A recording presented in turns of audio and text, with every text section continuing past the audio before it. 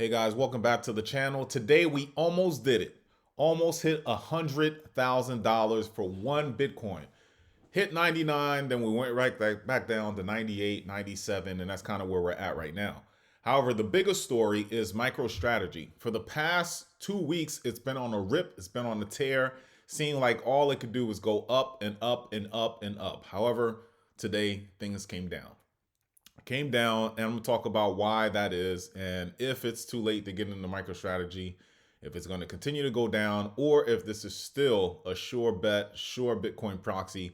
So let's get into that. I'm also going to talk about some bullish news on Bitcoin and why I think it's just going to get better. End of the year, towards next year, we just have nothing but good things to look at. So let's get into it, guys. Very, very, very interesting times indeed for the crypto space. So, as we talked about, Bitcoin hit 99,000 today. And I'm talking about Bitcoin because Bitcoin and MicroStrategy kind of have a marriage. You can't mention one without mentioning the other. So it's at 97.9 right now at the time of the video. And I have no doubt that by this weekend, we will hit $100,000 for Bitcoin. And that's going to be a new benchmark for Bitcoin. Price discovery is going to be unknown because we never hit six figures before, and I'm excited to see what happens with that. With that will become FOMO. A lot of retail now is going to get their attention, right? Even you would think 80,000, 90,000. It's starting to, but once you hit that six-figure number, all the headlines start talking about it. Friends are going to talk about it. Family's going to talk about it at the dinner table. It's going to be a big conversation for sure. So that's going to be interesting to see. So can we get there, right? Looking at liquidations right now, we see that for the 24-hour long, it sits at 37 million, but the shorts are heavier at 114 million.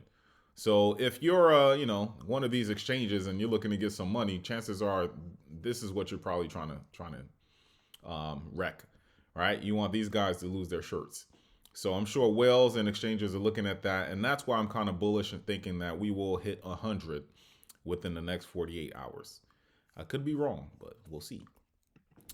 Now, MicroStrategy, what's going on with them, right? So today you would see that they are down. They came down under $400, believe it or not, but we're kind of leveling out right now after hours at $408. So for the day, down 16.16%. That is crazy for a stock that just kept going up and up and up for the past 2 weeks. But if you look at for the past, let's say year to date, MicroStrategy is up, according to TradingView, 473%. For the year, 704%.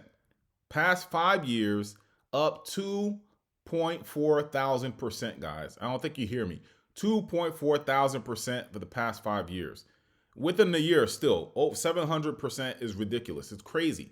This is the best performing stock. Yes, even better than Nvidia. Now, what they do, I don't know. All I know is that Michael Saylor basically is the spokesperson. He was former CEO. He still is like a chairman, holds a big head position with the company. And I know that they're involved in technology. But what they're known for is selling debt at 0%, next to 0%.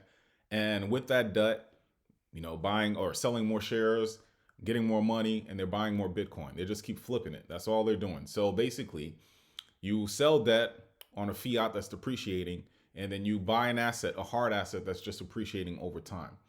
And that's what they're doing, and it's working. And a lot of people, especially Wall Street, they're catching on because they see that they have a US government that's going to be more crypto friendly. They see other countries adopting Bitcoin, and they want to get their hands on Bitcoin exposure. We know that they have the ETFs out there, but they want something more, something that they can easily move around, trade options, do all of that. And MicroStrategy seems to be their pick. But what they do, according to this, basically they engage in the provision of enterprise analytics and mobility software. The firm designs, develops, markets, and sells software platforms through licensing arrangements and cloud-based subscriptions. I say all that to say that they're a Bitcoin proxy. That's what it's all about. And I mean, it was getting heated. The thing just kept going up and up and up. I hold some shares in this. If you look at past videos, My millionaire portfolio, I talked about MicroStrategy, and I've been DCAing into it since then. And I've done very, very well with MicroStrategy. It's pretty much life changing. So this is one that, hey, if you on dips, if you believe in Bitcoin and where the price of Bitcoin is going to be, this is one on dips that you probably should take a look at. But why did it go down? That is what we're talking about. It started with some FUD. There was a hedge fund company out there called Citron Research saying that they placed a big bet shorting MicroStrategy. And that started everything. Everyone's like, oh, shoot. Okay. And ever since then, things started going down for MicroStrategy. But then I was like, why is it going down so aggressively? I know people short stocks and equities all the time. Why is it? Then it started making sense. You add the FUD, then you see MicroStrategy is planning to buy more Bitcoin. In order to buy more Bitcoin, they need to issue more debt. And that's what happened. And because of that, obviously he had to let go some shares. The price of the equity did go down. So basically, he finalized a $3 billion convertible note offering, further bolstering its position as a lead Bitcoin holder with 331,200 Bitcoin now valued at $32.5 billion. So again, you accrue debt to buy an appreciating asset. It's like if you had a credit card at 0%, right? And you didn't have to pay that credit card back at 0%. You're going to have that term for another 5 years. And all you're doing is buying Bitcoin with it. That's basically what it is, right? So you're paying your monthly note, whatever that is in fiat, but then you have a Bitcoin asset that's just appreciating by leaps and bounds. You can pay that monthly fee with no problem, right? That's what he's doing. And it's working. And other companies are starting to get into this as well. There's a company out in Japan that's doing it. Here, smaller companies here, tech companies in the US are starting to adopt it as well. But he has the blueprint and people are taking notice. So he also posted this on X, just saying that basically they completed their $3 billion offering of convertible senior notes that's due in 2029. So, that's around the next bull cycle, right? If history shall repeat. At 0% coupon and 55% conversion premium. The strike price, or the implied strike price, is $672 per share. So he truly believes in what he's doing. I know I believe in what he's doing. If you believe in Bitcoin, you know that 672 strike is a nothing burger. So I'm very excited. There's nothing to worry about. The price will rebound very shortly. So Simon Dixon also responded to someone saying, hey, is this even legal? Yes, it is legal. And is it a Ponzi scheme? And I liked his response. His response was saying that basically it is not a Ponzi scheme because Bitcoin, the underlying asset, and the equity MicroStrategy, prices can crash independently, right? Just today's a perfect example. MicroStrategy went down, Bitcoin hit a new high today. He also said there's no guaranteed promise to investors for repayment on equity. They can default on their debt and even file for bankruptcy, impacting the share price. The expectation is that both prices will rise and the debt will be repaid, converted to equity, or rolled over.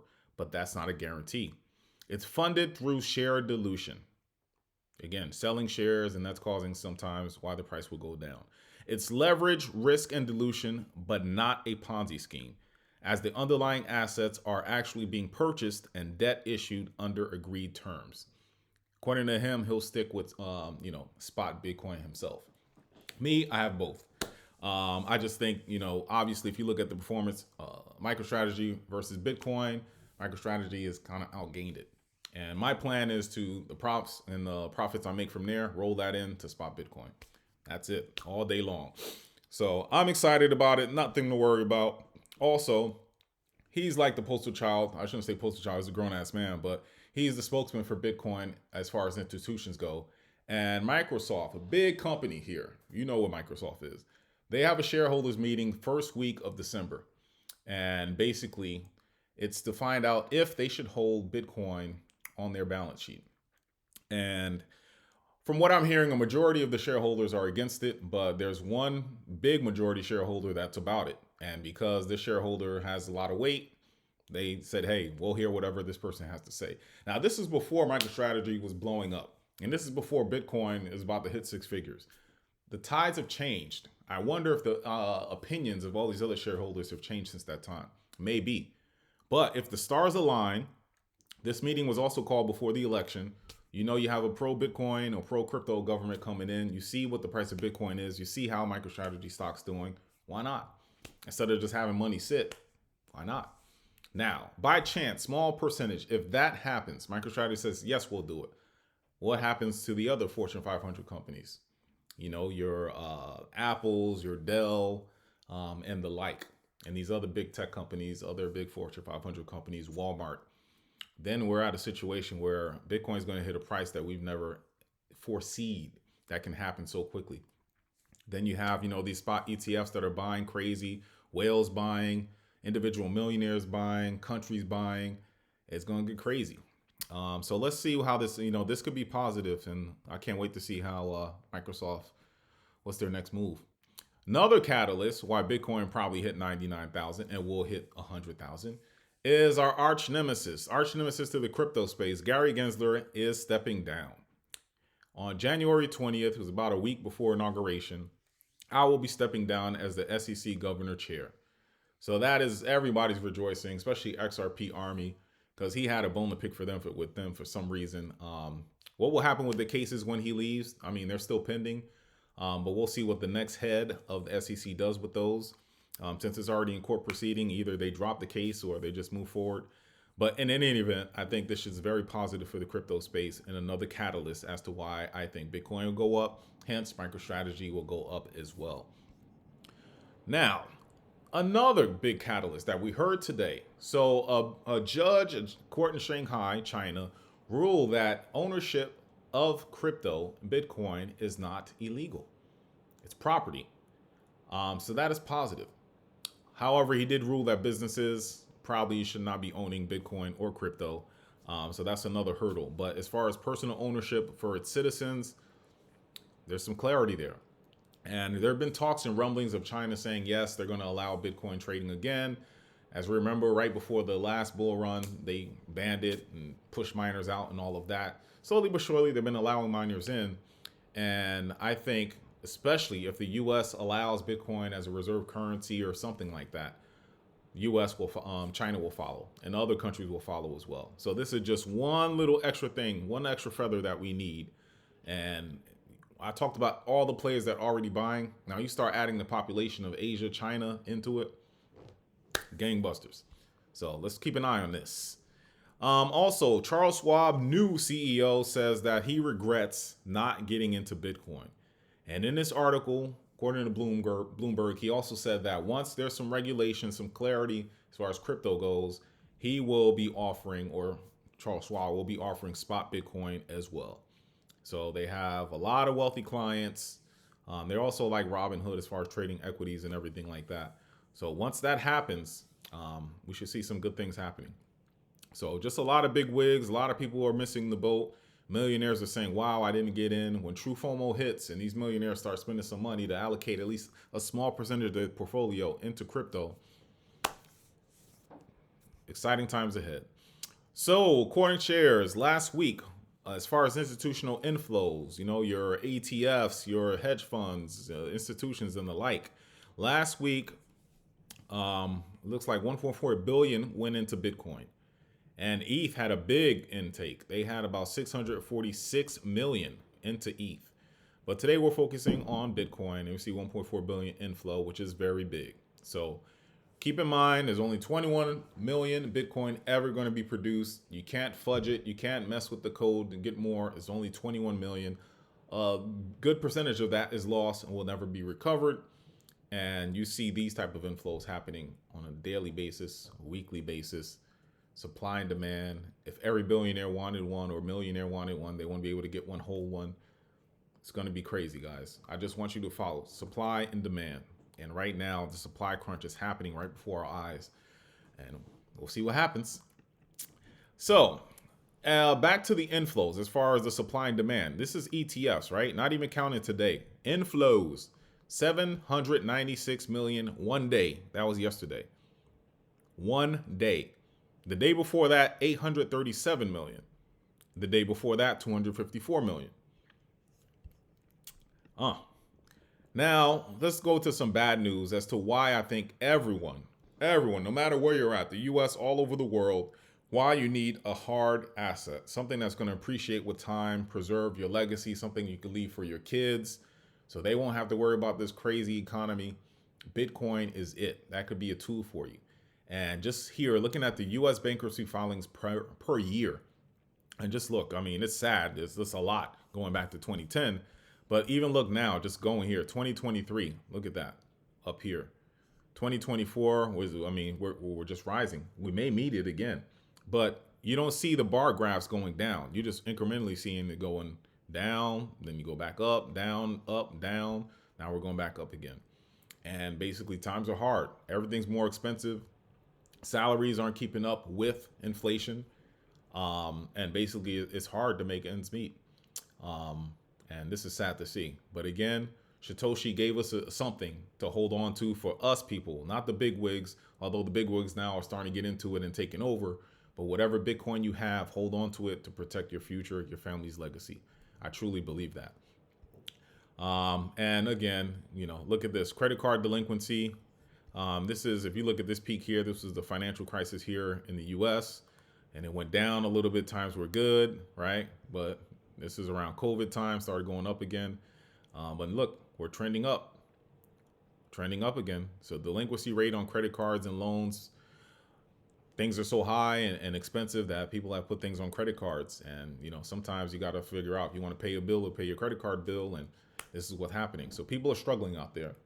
So I know it's hard to get one Bitcoin right now, but whatever you can spare, just that little percentage in, you know, years time will do you well. So that is crazy. And as far as what's going on here, the US debt is just going out of control and it just keeps rising. So, you know, that fiat that you hold, the US dollar, whatever fiat your country is into, this is all over the world. This is just US that I'm showing because that's where I live, but this is what's happening. So your purchasing power is not the same it was 5 years ago, 10 years ago. And the same is going to hold true 5 years from now. Just going to keep depreciating. That's why you need something like Bitcoin to hold. And I'm going to end with this. This is according to HODL 15. Just look at this. I showed you that these institutions are not playing. They are buying this Bitcoin and they are going to take it away from, you know, us regular folk. And if you look at this, according to people that hold up to 1 Bitcoin, so that's 0.0001, look at this. They've been the ones selling. So the beginning of the year is 1.4 million, right? 2.6, now it's 1.410. So that many people sold. Then people 1 to 10, about 46,000 of them sold. Then people with 10 to 100 Bitcoins, over 100,000 of them sold. And I granted, you know, they got in probably low and then the prices hit 90,000, 80,000. I get it. But then look at this, 100 plus Bitcoin, the whales, institutions, what's happening there? They're accumulating. They're not selling. They're adding. So here, where outflows, you know, people with not that many Bitcoin and all the big toes and institutions are accumulating.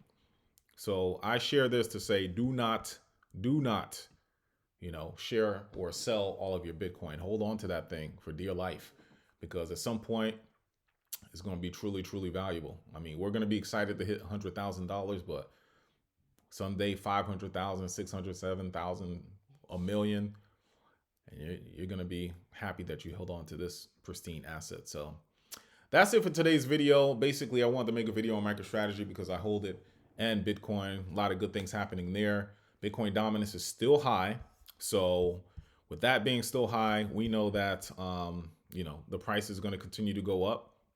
And while that happens, you know, the alts are probably not going to blow up like we want them to, but with Bitcoin dominance almost at 60%, just Bitcoin is going to keep rising. It's going to keep rising. We have a lot of good catalysts happening.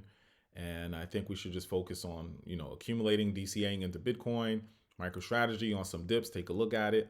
But we're in the driver's seat right now, and things are going to get pretty crazy and exciting, guys. So thank you for spending your time with me. And until next time, see you later. If you like the video, please hit that like button. And if you want to see more of my content, please subscribe to the channel. Bye.